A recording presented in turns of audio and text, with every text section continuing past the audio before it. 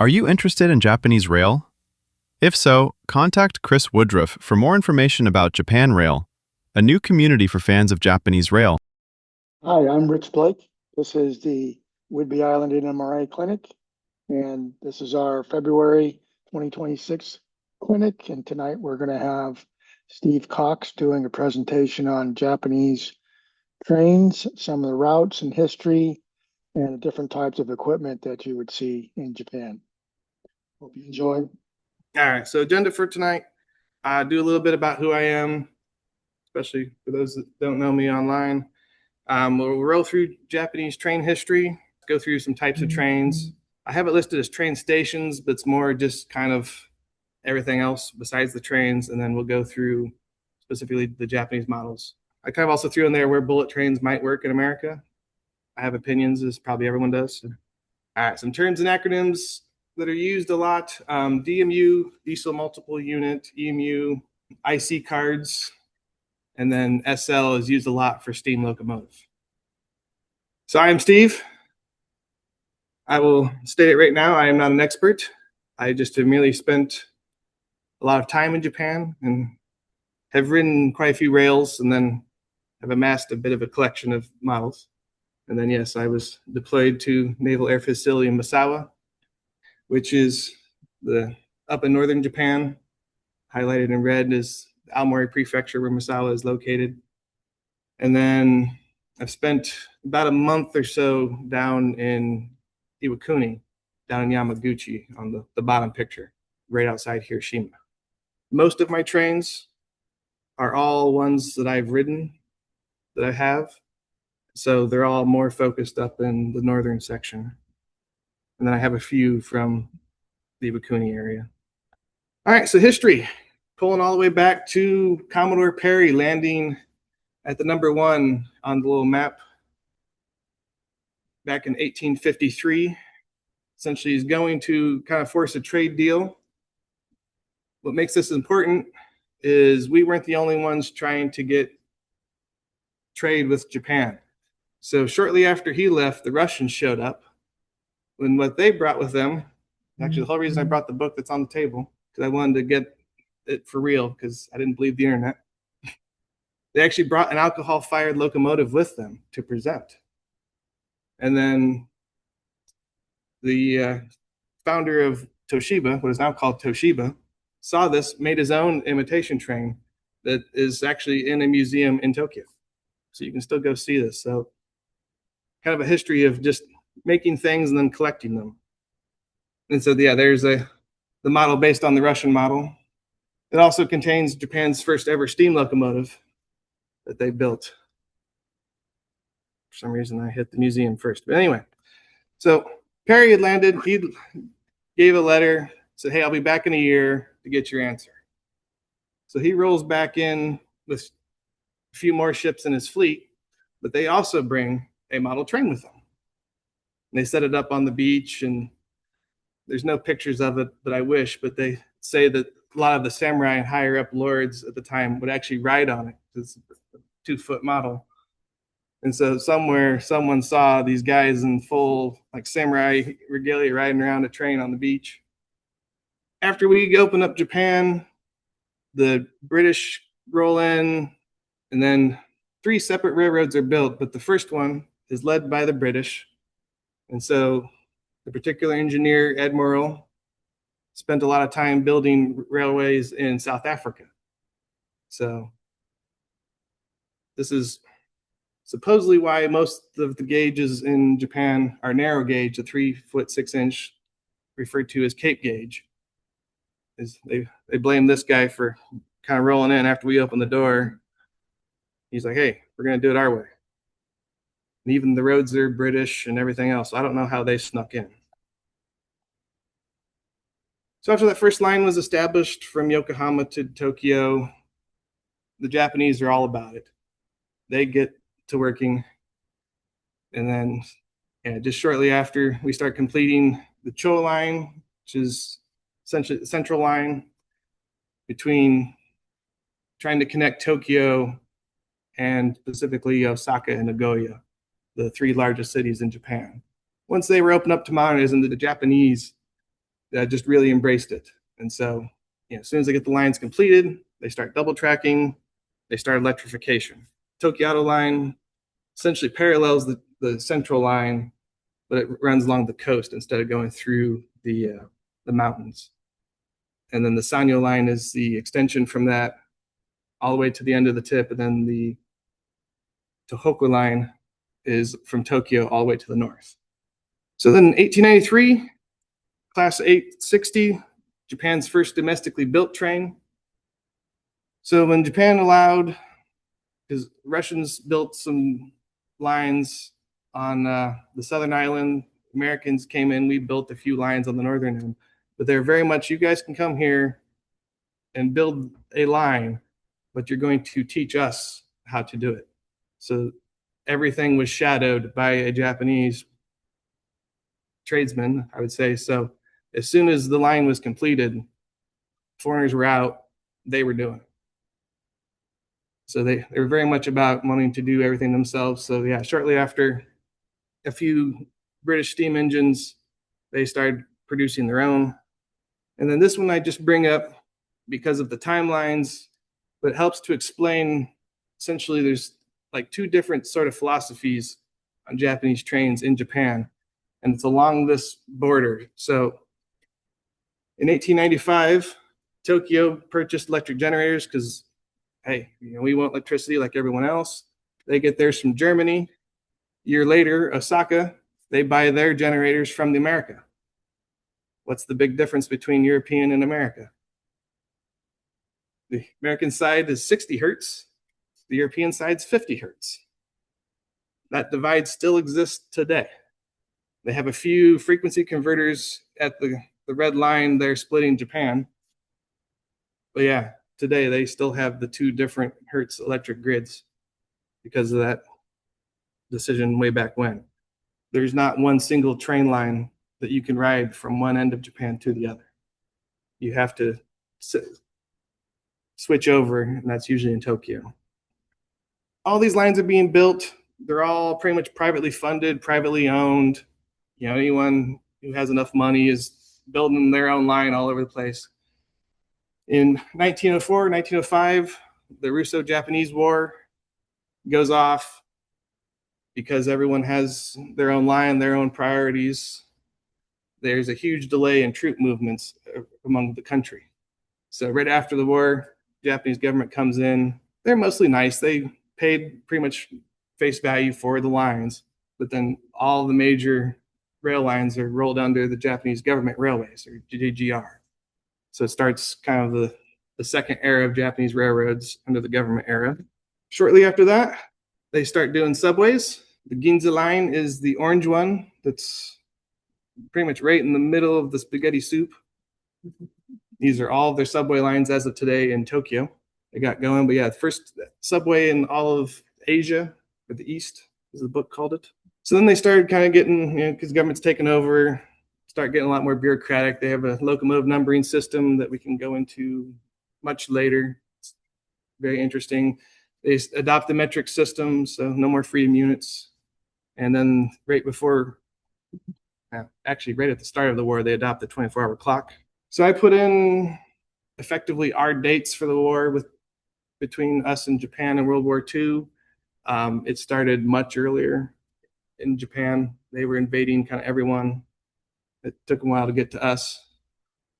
But right along the same time, they opened their first undersea tunnel connecting what is called Kyushu, the green island in the map, to Honshu, which is the main island. After the war, we'd pretty much bombed and wrecked a lot of their rail systems. An interesting fact, though, certain ones they really kept work on. 2 days after we had dropped the nuke on Hiroshima, they had their train system back up and running. To me, it just seems impressive because not much else was left.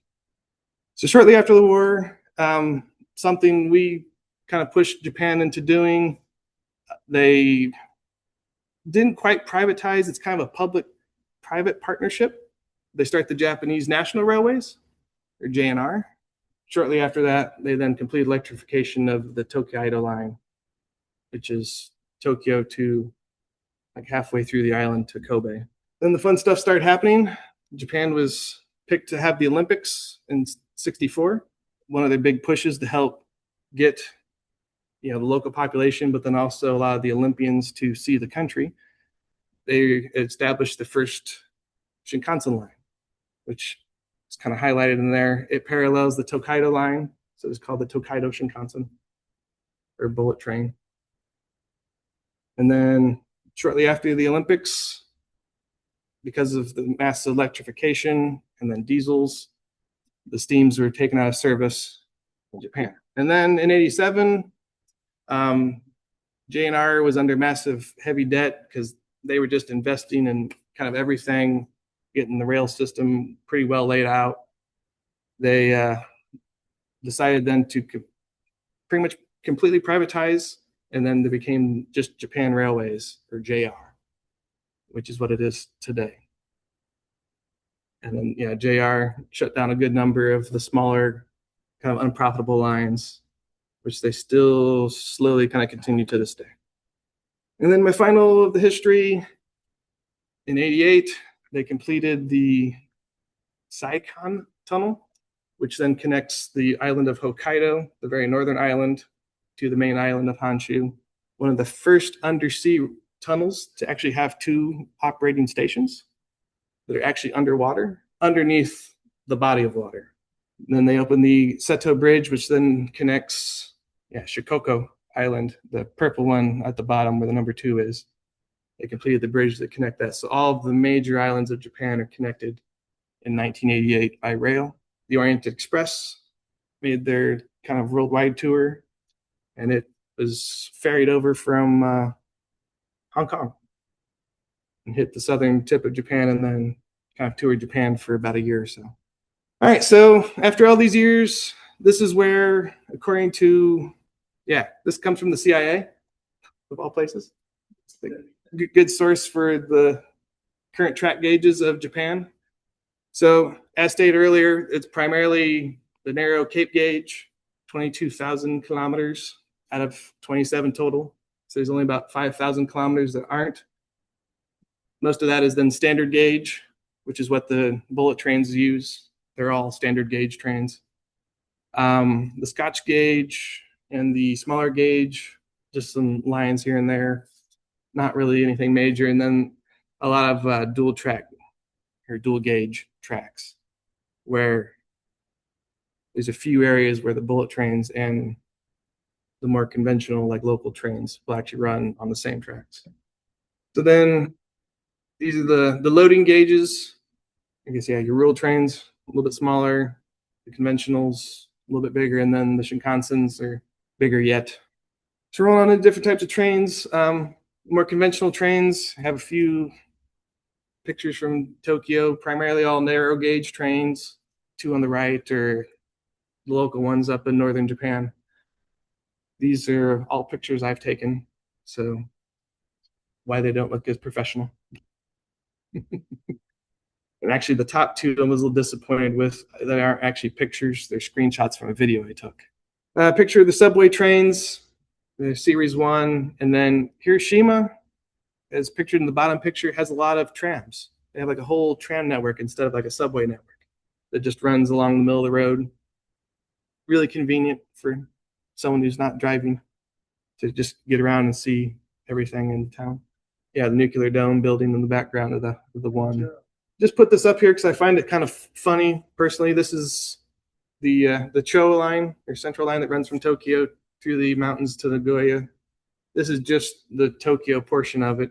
They have local train, which is the very bottom yellow, and then they have 5 different versions of the rapid train. How many rapids do you need? But enough to get the people moved. And then, you can see connecting lines, and then kind of an older style, but just conventional trains, more just a guy sitting there that you can kind of, usually behind walls, but you can breathe over their shoulder or looking from the side. You can see the timetable on the right. Fun thing I find is the clock that they're using to stay on schedule is a pocket watch that the conductor brings with him. And it just sits inside the little dash there. And see the lanyard kind of coming up and off of it. So some special cars you'll find more in the cities. First class is usually always called green class on Japanese trains. So you'll see green cars on a lot of the bigger trains. A few of them will also have women only trains. So you don't have to worry about smelly guys being all around you. Another thing is you get more into the rural areas, they'll have what are called one-man trains, and that's the Japanese for essentially oni-man. Essentially, mostly for stations that don't have station attendants or ticket takers. You come on the train, you'll get a little tag out of a box, and then when you leave, you'll pay the actual train driver at whatever station you're getting off. And they're tiny little tickets that are easily lost. So another thing you see a lot more on the northeast side.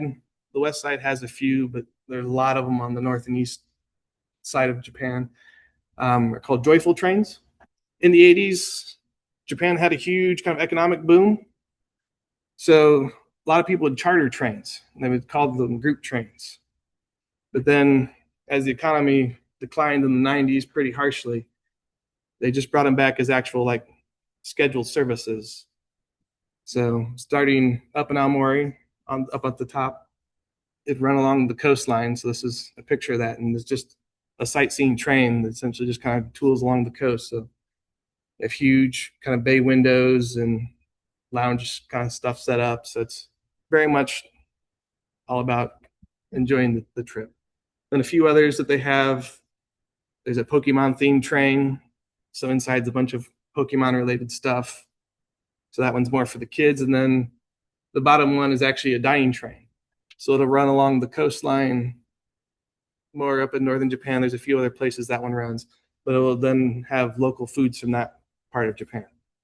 And then the fun ones, the SLs, or steam locomotive trains. So they still run a few joyful lines pulled by steam engines. Here's a map of where they run. So the SL Ginga is going away in the next few months, or has already gone away, unfortunately, which is sad. But a lot of them around the Tokyo area, and then another one down by Iwakuni that Rich has ridden. It's actually pictured, the SL Yamaguchi. So Rich can give you details on that. And then up in the northern portions of Japan where they get way too much snow for their own good, they'll have what they call stove trains. So they have a stove inside the train that keeps it heated, but then you can also bring on food that you then cook on it. So it becomes a neat little touristy, money-raising thing. From all the pictures I've seen, it's always like mackerel, little fish. So I can only imagine what it smells like. But supposedly it's really good, so I'll leave judgment until I get a chance to actually try one. And then something that's a little bit, these have gone out of fashion a little bit since the bullet trains. But back in the conventional lines only time period, you'd have these trains essentially run the full length of any of the lines as sleeper trains. So you hop on at later in the evening, you have a room with a bed, sleep, and then you arrive at your destination in the morning. 3 of them still actually operate, the 2 sunrise ones, and then there's the West Express. And then they have train cruises, which is set up almost exactly like a ship cruise. So these will operate, usually it'll go out for like 2 weeks, 1 to 2 weeks. You buy this thing, so you hop on the train, wherever it's starting, it'll just kind of cruise around, and then it'll stop at a station for like 3-4 hours. You grab lunch, see the area, hop back on the train, continue along. JR East one, which is the right picture, I tried to keep in order, is doing one where, you start in Tokyo, head up the one coastline, cross over into Hokkaido, going through the tunnel, and then you come back down the other coastline. And it's like an 8-9 day cruise. So the hotels are all included and things. And some nights you spend on the train, some you spend in a hotel. You have sleeping cars, a few sightseeing cars, like the one that looks like a football helmet, has a little back deck that you can hang out on. So one thing I kind of find interesting, especially when you look at like model trains and you compare it to America, most of our trains are freight trains, and we have some passenger trains that kind of share the rails. It feels like the opposite more with Japan. The rails are primarily for passengers, and the freight, while in certain areas runs during the day, mostly runs at night when the passengers aren't there. So more of kind of an opposite approach. And the blue lines map I found from looks like one of the train magazines showing kind of the primary freight routes. So they still use their trains for freight, a lot more at night and kind of out of the way. So a lot of diesel freight in the non-electrified areas, but mostly electric locomotives on the left side. And they pull these little cute little containers. Every now and then you'll see one of the 40-foot like standard American styles on their train cars, but primarily just the small ones. Bottom right picture, there's a tank one, but it's still kind of in a metal scaffolding to keep the square shape. It's the white little tube right above the forklift. All right, so everyone's favorite part about Japan, one of my favorites, the bullet trains. So originally we're going to be called Danganrancha, which is Japanese for bullet train. That's where we actually get the term. But they settled on Shinkansen, which, breaking the kanji down, which I do later, is actually just new main line. So most of the lines are called Kansen, Shinkansen, just new main line. Not as sexy as it sounds. But they came up with some basic rules when they were first establishing the bullet trains, especially for the high speeds. You don't have them ever intersect with slower conventional lines. You keep everything grade separated, so no level crossings. Tunnels and viaducts going through or over obstacles, not going around, which is primarily your convention. And then a minimum curve radius of 4,000. The Tokaido line, I guess they're allowed one not at 4,000 as it was the first one built, but it's essentially this kink around Mount Fuji. Had to have a smaller radius. And that's primarily what slows these lines down. This one is where you hit 200 mile an hour going up the north side. But yeah, these ones are kind of held back by that radius. So central and west, this is kind of where I was talking about that power divide. They found a livery they kind of liked and they've stuck with it. Everything's white with a blue stripe going from 0 to 100, and they kept their number series except for once they hit 700. They've just slowly kind of tweaked that model over the years, making it faster, better, stronger.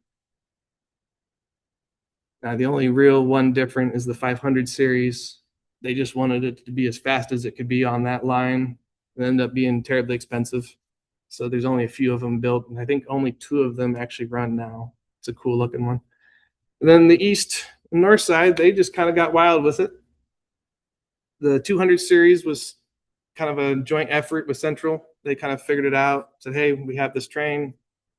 We kind of do it up a little bit different for your side. And then they just kind of decided, you know what, we're just going to do our own thing. And then did E1, E2, E4. Is the 1 and 4 are the only double-decker Shinkansen. Those are starting to go away. E5, and then once they open up the tunnel for Shinkansen to go up to Hokkaido, the northern island, through the tunnel, they painted a purple stripe down the E5 and called an H5. And then, the 7 and 10 was just announced a few months ago as it'll be the replacement for the E5 series coming out around 2030. They then came up with the idea of the mini Shinkansen. So this was an effort to make Shinkansen more accessible, but without having to go through the total expense. So these ones break a lot of the rules.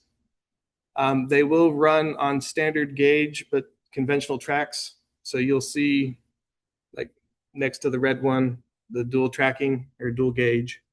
I guess that is dual tracking still. But you'll actually see the bullet trains running next to conventional trains. It's an interesting kind of sight. But then they also have to meet the conventional train loading gauge, so they actually are a little bit smaller. And that's why they call them mini Shinkansen. But they're usually shorter 6-train variants. So just kind of covering the different philosophies a little bit. The central west side of Japan with the white trains, there's 16-car trains primarily. So really long, in my opinion, trains. The east and Hokkaido ones will take a normal Shinkansen, about 10 cars, and then they'll actually connect the mini Shinkansen to them. And then once they get to where those two split, the trains will divide. The one will take the conventional track, and then the other one will continue on its way. So there's 2 stations where they do that, and they have all these signs and everything about where it happens, because every time I've seen it happen, there's just always a group of people like standing around like, oh man, they're going to watch them either pull apart or what they call them kissing when they come together. And then this is just, for size comparison. Is you kind of see as they get more modern, they get a little bit more smaller, a lot more streamlined. And that is essentially for what is known as tunnel boom.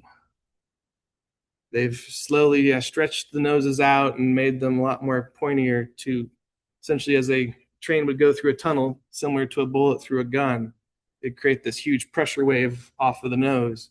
And then when it hits, that pressure wave hits the ends of the tunnel, you'd get this loud sonic boom. I've ridden the green one multiple times, the white one going the other direction a few times, and then the little red one I've been on. I haven't heard the tunnel boom. Rich says he has. The northern side, it's about 1 train an hour. But as you get closer to Tokyo, you're talking like 1 bullet train every about 4 minutes. So that'd probably get annoying.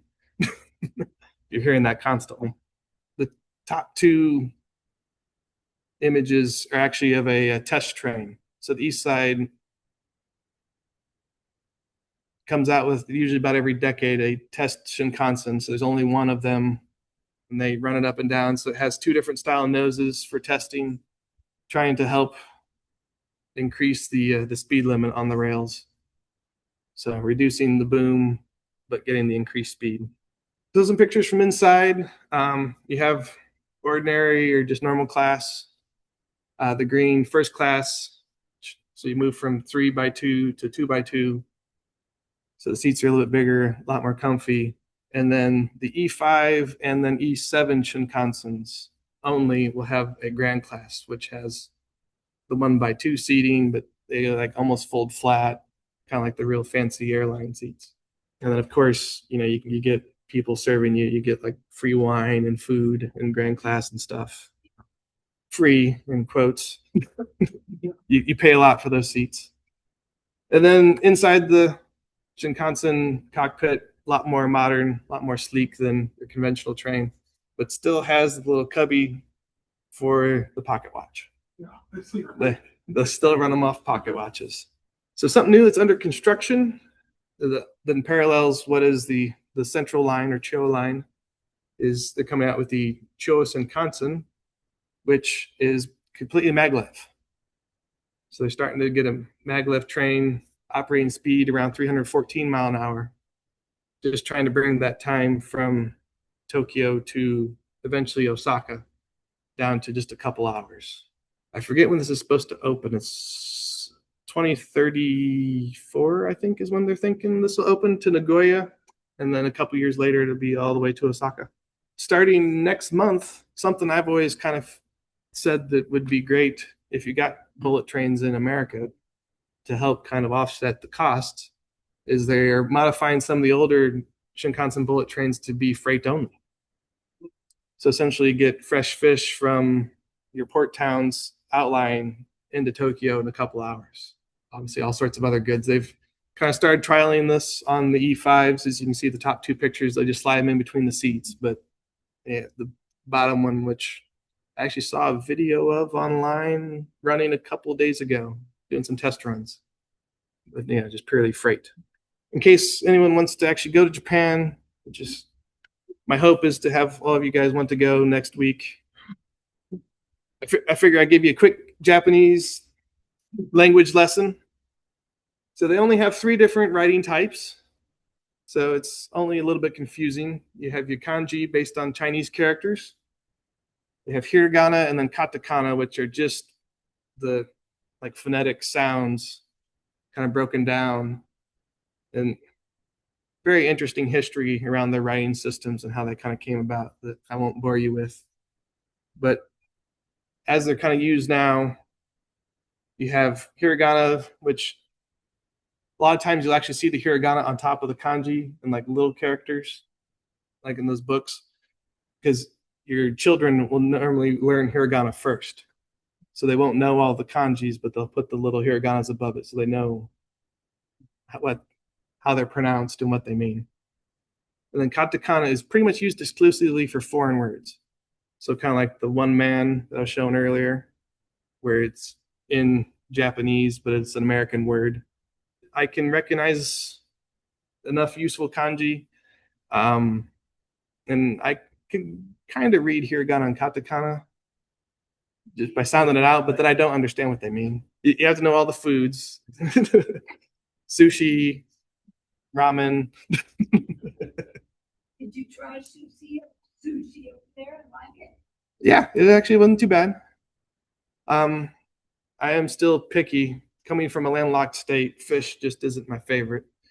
So it's a little bit of a stretch to then try raw fish, but it's not bad. I definitely would suggest staying away from eel. Some of the people I was with there were just like, oh, if you're going to do sushi, you have to do eel. It tastes and feels like you're chewing on like a Goodyear tire. Yeah. It is just pure rubber. My favorites is actually, it's called tamago, which is just a sweet scrambled egg rolled up on it. I really dug that. And then at some places you can get real blasphemy and they'll actually put like little pieces of hamburger on top of the sushi. So it's like, this is sushi I can get around with. Yeah. The raw fish is very flavorful. Tuna is actually really quite good, and salmon's not too bad. But it's kind of highlighted here. The main reason why I didn't really learn Japanese all that well is just taking the character for 3. In Chinese, it's me. In Japanese, it would be san. And as highlighted on the map, same kanji, but the 2 different uses. So it's just like I was without like a tutor or taking actual like classes in it, just doing it with myself with a book. It's just like, how do you know when to use one over the other? I don't know. It seems like you just have to know, like, oh, I have not eaten the sushi here. Sushimoto. It's good. I've been to Sushimoto. My wife and kids like eating the sushi from like Hagen's and stuff. It's edible, but I just don't. Some of the ones that I can pick out of the lineup, mostly involving trains. Shinkansen, New Trunk Line, Han for Origin, K for Series. You'll see these a lot when you are kind of in the train area. Densha, just what they call the electric cars. Railway, Tetsudo, or Ironway. And then otaku, you'll hear a lot about train otakus if you do any Japanese research. For reading the timetables that I've brought, just depends on kind of where you are and what you're doing.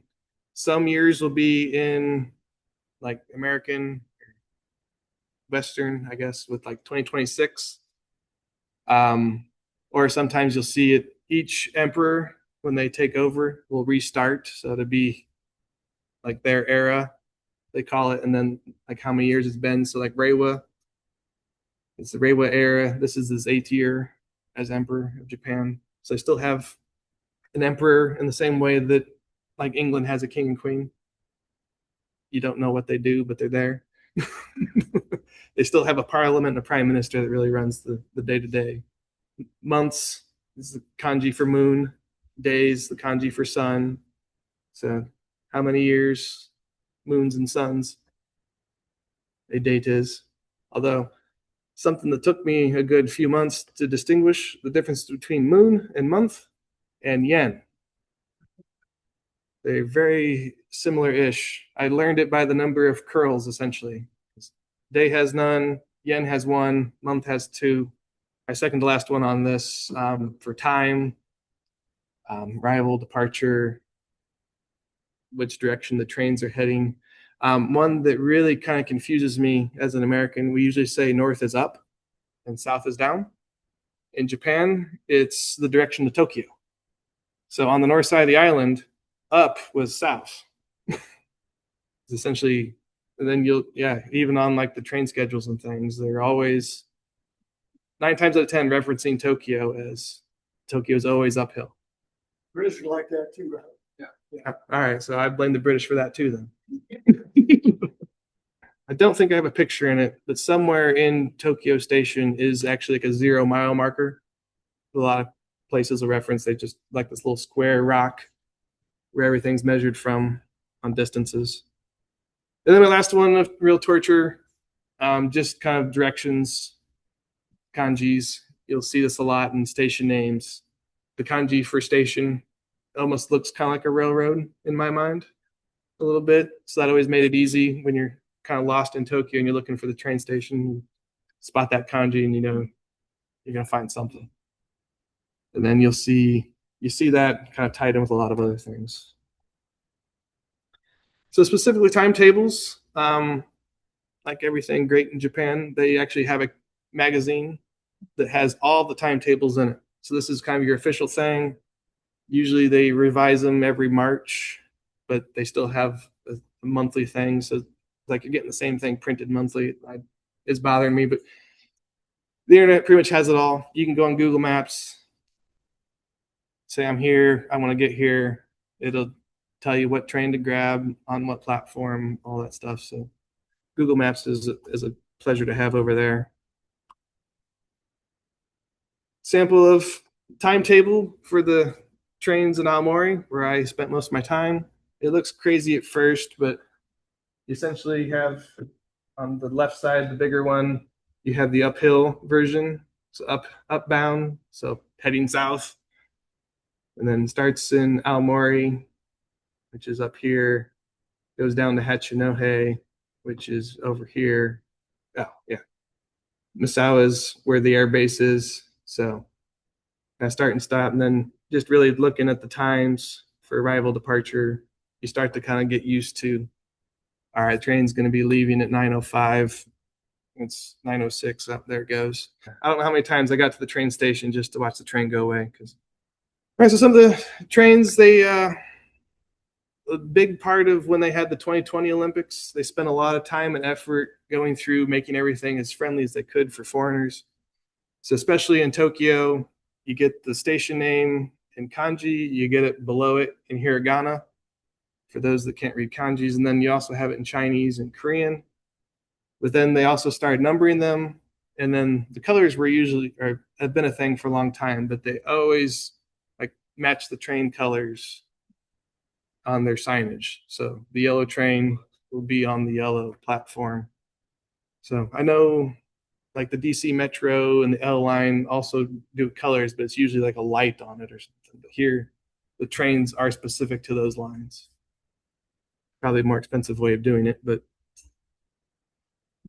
it's cool. And then, yeah, a more rural station still has the kanji and the hiragana and English, thankfully. A lot less numbers and things, but still, the colors are a big deal. And then this one has a lot of words on it, stuff you can read. But the primary reason I wanted to show this picture is in like any station, pretty much anywhere, the exits are always highlighted with yellow. So as long as you follow, the yellow signs, you'll find your way out. And some of these stations are mazes. Is that the same that's on the floor?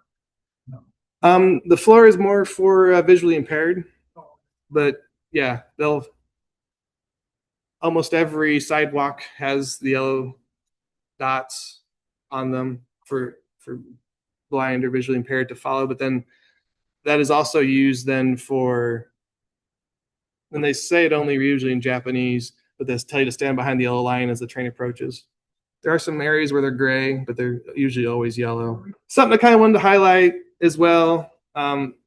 Japanese trains are very well known for their timeliness, but they so much so that if you get a 5-minute delay, you can ask for a delay certificate. something you can take to work and be like, hey, not my fault, train's fault. But there's a study they did prior to the Olympics in 2020 to kind of help streamline things a bit more. They did this study, and like it's showing out of 20 days, the top line there, which is the Yamanote line, which actually does a ring around Tokyo, 16 out of 20 days, it had delays of more than 5 to 10 minutes. Not exactly as timely as they're known, at least in the city urban areas. They'll start to delay, but when you have a train every 4 minutes, you kind of blurs the lines, like it's 5 minutes late, but it's on time for the next train. You can still get around. It's not a big deal. But yeah, the bullet trains usually run an average across the entire line for like a month, like about a minute behind. Good question. If you are delayed, when you don't make the next train, does your ticket allow you to get on the next train, or you got to go buy a whole new ticket? There's only a few trains that actually have like reserved seating. So yeah, primarily like on the Yamanote line, you can like tap in, or you just have a ticket for the station to station. So it doesn't matter what train or car you're on. Most bullet trains are fully reserved. So yeah, if you miss your bullet train, you'll have to get another one. So just a quick kind of some of the things they implemented to help out. So a lot of what they found causing delays were like people or things falling on the tracks. So a lot of stations installed walls to help people get on and off, which was also slowing down the trains just because the sheer amount of volume of people. They established like well-marked lanes, like people getting on, stand here so people can get off first. So as far as tickets, I have some examples in the little red tin for anyone that actually wants to see one. So they have integrated circuit cards or IC cards, also known as SWICAs or the PASMOs.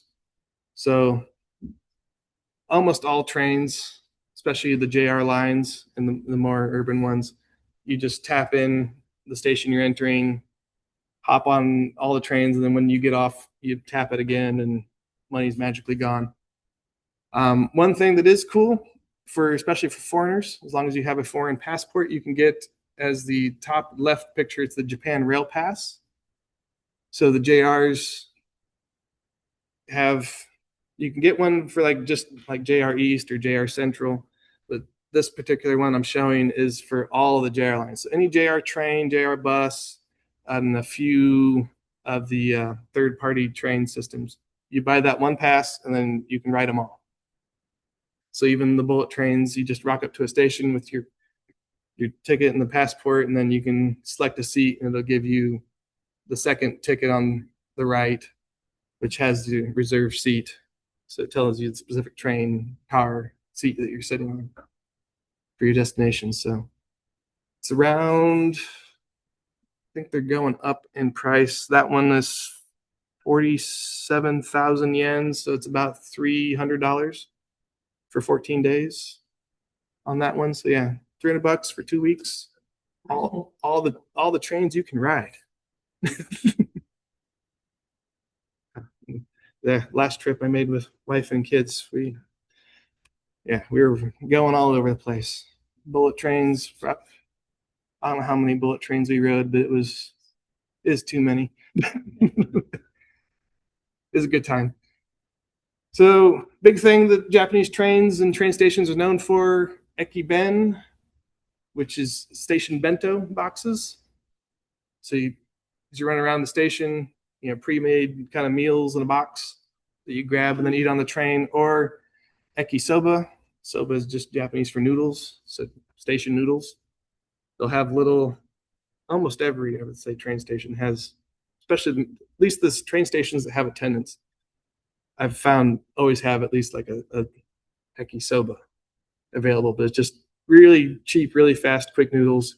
You order out of a little vending machine, so you put in your money, hit the kind of style you want, and then you give the ticket to the guy.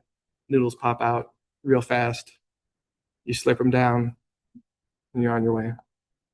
And then a fun thing for kids and fans alike, almost every single train station, all the ones I've been to, have a stamp, normally hidden. Some of them are not easy to find, but almost all of them will have one at some place. So you buy a little book from the store, and then you can just essentially kind of catalog all the stations you've been to as you roam around.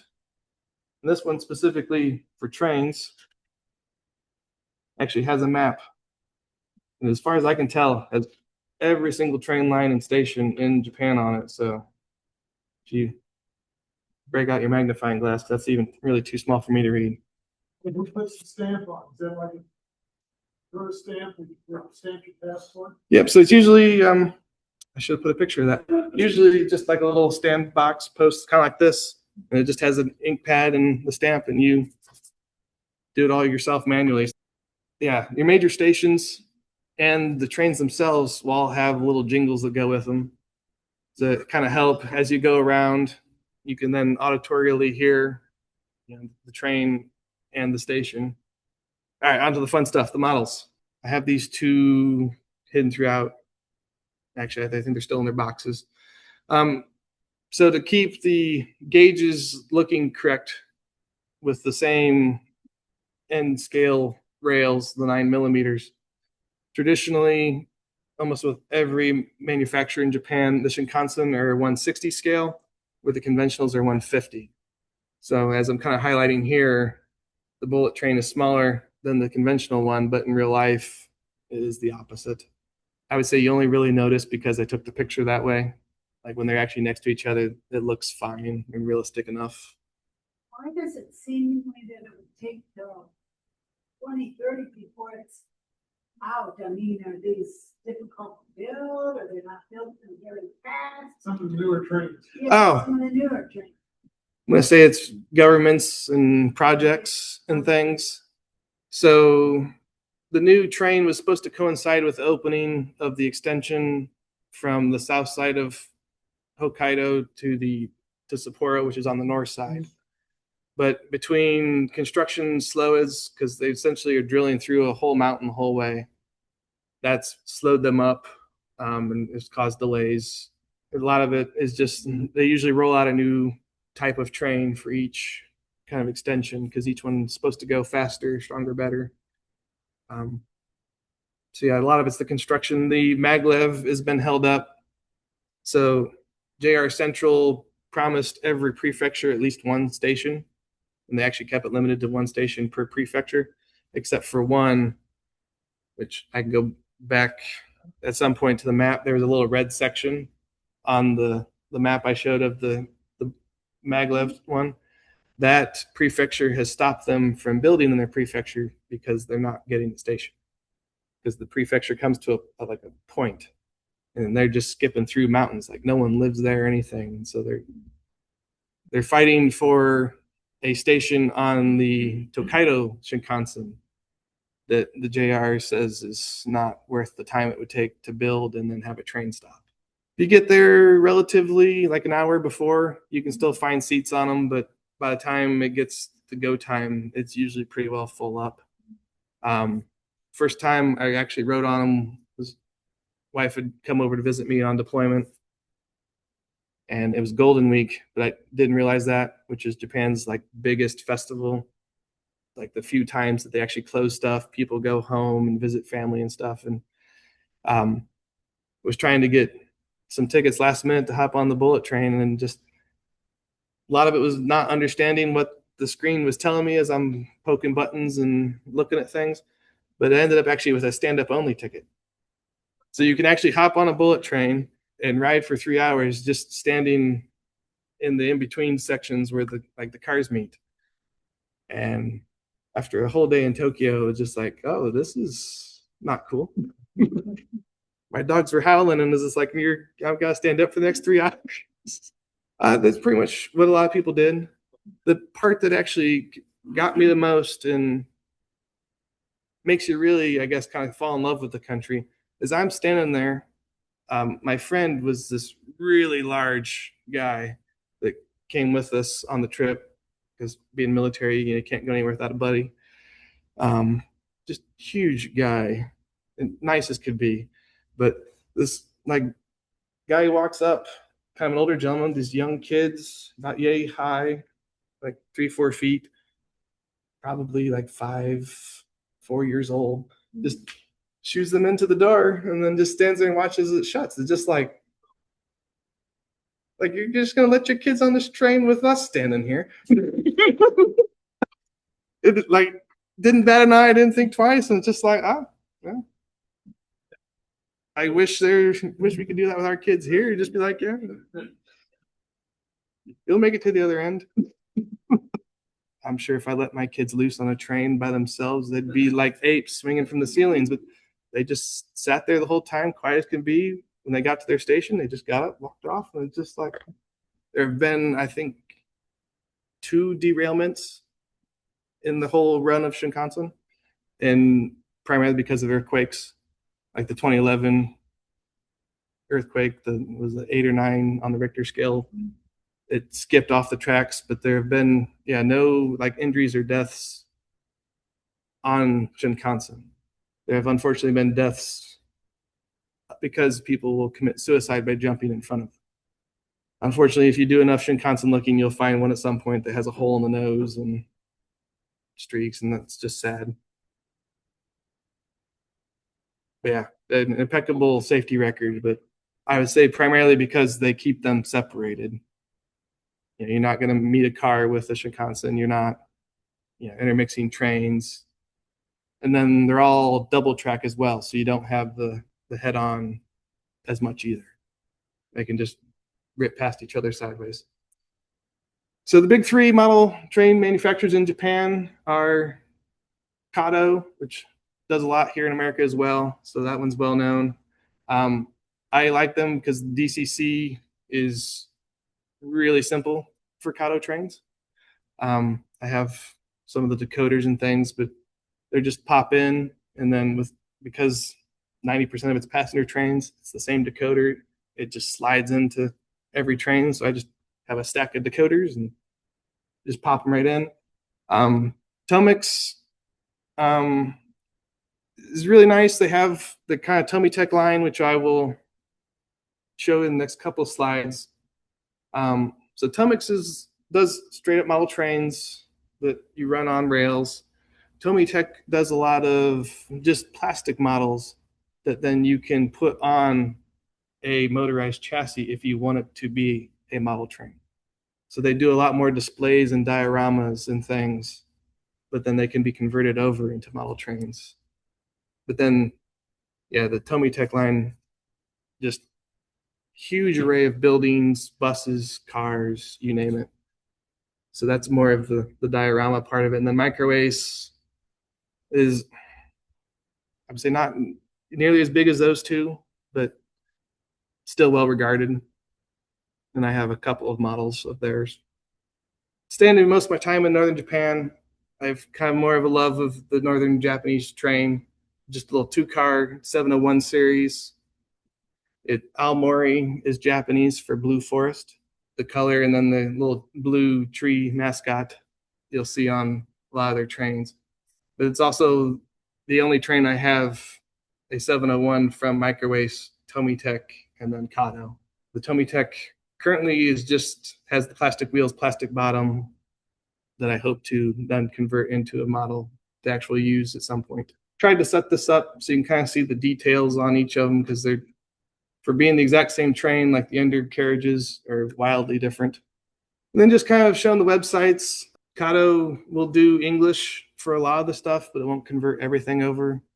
But most browsers now have built-in translators that do a pretty good job. Tomix, which I'm showing, their main site, Tomix being the top left one, the DC thing just to the right of it is the Tomitech, which when you click in, comes up with the green screen, which has normal railroad trains, a slightly different scale of trains, trams, pocket lines, based off of normal trains but shrunk down. Space is very limited in Japan, so you can get kind of smaller, even end scale stuff. But then you have the bus lines, different variations of bus lines. They actually even have buses that you can put down like magnetic tape, and they can also operate on your layouts. MicroAce's website is swear straight from the late 90s. And a couple other manufacturers, Green Max, does a lot of cool cars. I don't have any of their stuff. They made like a maintenance train that call it a tie tamper for, I guess, switching out ties on the fly, that I'd like to get someday. Rokuhan does pretty much exclusively Z scale. So you can get even smaller than N scale bullet trains and pocket lines and things. Hobby stores, my favorite places to go when I visit Japan. Kato has one in each major city. Kyoto's is right inside Kyoto Station, so it makes it really simple to get to. Spend all your money. Really awesome model store in Tokyo, but they have them all over the place. It's Tam Tam. Popondetta is specifically a train store. So not only do they do model trains, but they'll sell like anything train related. So you can get like containers that look like the JR freight containers. Picked up some little tiny socks that are decorated as the trains from your kids. They have handkerchief. You name it, they pretty much have something train related. And then of course you have like your local hobby stores that, just like here, a big thing in Japan is secondhand stores, like Goodwill and things here. Traditionally, Japanese people they take care of their stuff very religiously. So you'll find things in secondhand stores that just look brand new. My E6 bullet train that I have still in its case, I got secondhand, but I mean, it looks like it came straight from the factory. The box is fine. There's no dents, no dings. It's impeccable. So secondhand stores are great for, usually it's a lot less than new. So you feel like you're getting something new, but at a great deal. How to get them in America? Kato USA will once, seems like every 5 years, sell a Japanese train here via Kato USA. Amazon will ship to America, which is nice. Tariffs make me mad, but that's fine because I'm just have to spend more money. And then a handful of websites. There's like Plaza Japan. There's a whole bunch of American sites that sell Japanese trains, but they're terribly extra expensive. And then there's a few companies like Zen Market and Bai that are actually based in Japan that will buy them for you and then send them over, which is really nice. And then eBay can be hit or miss. Have an example of a train that I've seen in Aomori. I haven't had a chance to ride this one yet, that runs through this really cool cherry blossom park shown in the top right. But going through Zen Market, I don't know what website it's pulling from specifically, but I get it for $26 through Zen Market. eBay here in America, someone's trying to Shanghai you for $210. And this is a Tomitech model, so it's just all plastic. It's not actually, I still have to get the extra bottom to make it run. So it's like $210 for a non-working model. Like, so my last topic, bullet trains in America. Japan has about the landmass area of the state of California. A lot easier for them to put rails all over the place and get around really quickly, which helps primarily in what would I say kind of hurts trains in America is the airlines. Yeah, you can fly to Chicago in 4 hours, or it's like 4 or 5 days via Amtrak. I would say that you have to kind of adopt the Japanese rules when it comes to bullet trains. Every time I see an effort, it always is like, oh, let's just upgrade the freight rails to run bullet trains. I'm just like, where does that make sense? So I would say you'd have to almost build dedicated lines. And then I would think primarily to keep it cost competitive, you'd do it between close major cities. Like I would say Seattle to Portland is probably about as far as you get away with for a bullet train line. I would love if I could find the right investors to put one between like Indianapolis and Chicago, something where, you know, it's a half an hour plane ride that you could do in a bullet train in probably a little over an hour. But kind of to the point made earlier, you can go from downtown Indy to downtown Chicago, and then you don't have to deal with TSA. You don't have to arrive to the airport 4 hours early. You don't have to sit there like cattle. You just rock up, hit your train, be in downtown Chicago. That would be, I think, the perfect kind of bullet train setup in America. Their high-speed rail network I find to be a joke just because they're putting too much stations on it. You'll never get it up to full speed, then it's like, what's the point? It's fun. I know between Houston and Dallas, they've been trying to do a high-speed line. I know they contracted to get the N700Ss from Japan.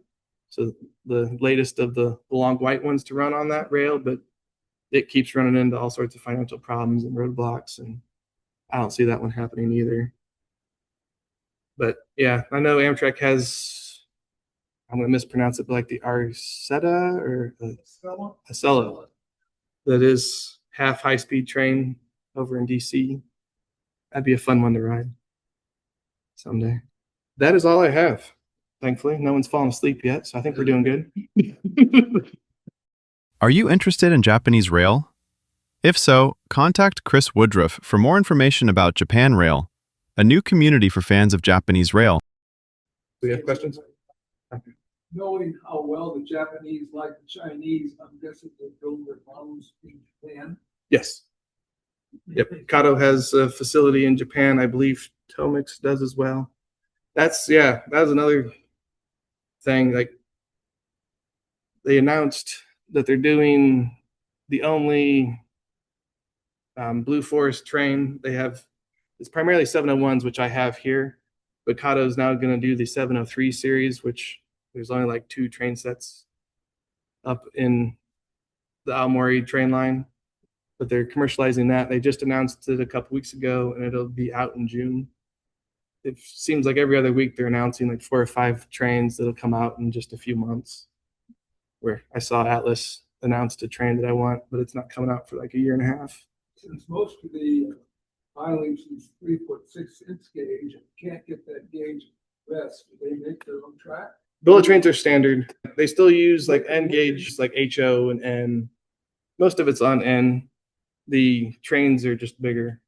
Yeah, so this was kind of what I was highlighting there, that the Cape gauge style trains are a little bit larger. I plan on going back actually here in a couple months. Have a bit of a trip planned. Go take my kids to see the cherry blossoms. I don't know. A week doesn't do the country justice, but I'd like to figure out a way to spend a couple years there. Awesome. So you got stuff to show us? Sure. Yeah. But yeah, as I was kind of stating earlier, these are the decoders. I have the light decoders that go in the fronts of the trains for running like your headlights, tail lights. They just, which I have right in there. Yeah, they just pop right in. You just slide it in. And then yeah, motor decoders. Which, too easy. Oh yeah. Pop the shell on it. Nope. Yeah, I love that for that fact. I don't have to disassemble or anything, because especially with the size of the model, like I'm always worried I'm just going to break something. It's going to take myself off. Yeah, brought along some of my bullet train tickets for those that want to see. Have my rail pass, which was in the presentation, and then yeah, these were all the bullet trains we rode on our last time there. So a few. They almost look like they're magnets. They're magnet stripes. Yeah, so you just slide them in the little gate and it pops back up and tells you if you can get in. But there's that. Here's a day pass for the Aomori line. Okay. Oh, I got all sorts of good fun that I can throw around. And then more of it's the same pocket timetable from Aomori, but advertisements and things. Run around all over with that. Yeah. I have the freight train that runs in Aomori Prefecture, and then some of the freight cars. I also have one from Tomix with the larger style containers on it. But have my kids' stamp books. So this is, I guess, the fun of the Tomitech side. So these are just the plastic models for a diorama, but it has the, there's only one train set in this paint scheme that runs on the Aomori line that's based off of a book that a guy from Aomori wrote. So they like to do a lot of tie-ins with like their local stuff. They're very into domestic tourism in Japan. So you find a lot of just kind of these one-off things. Are you interested in Japanese rail? If so, contact Chris Woodruff for more information about Japan Rail, a new community for fans of Japanese rail.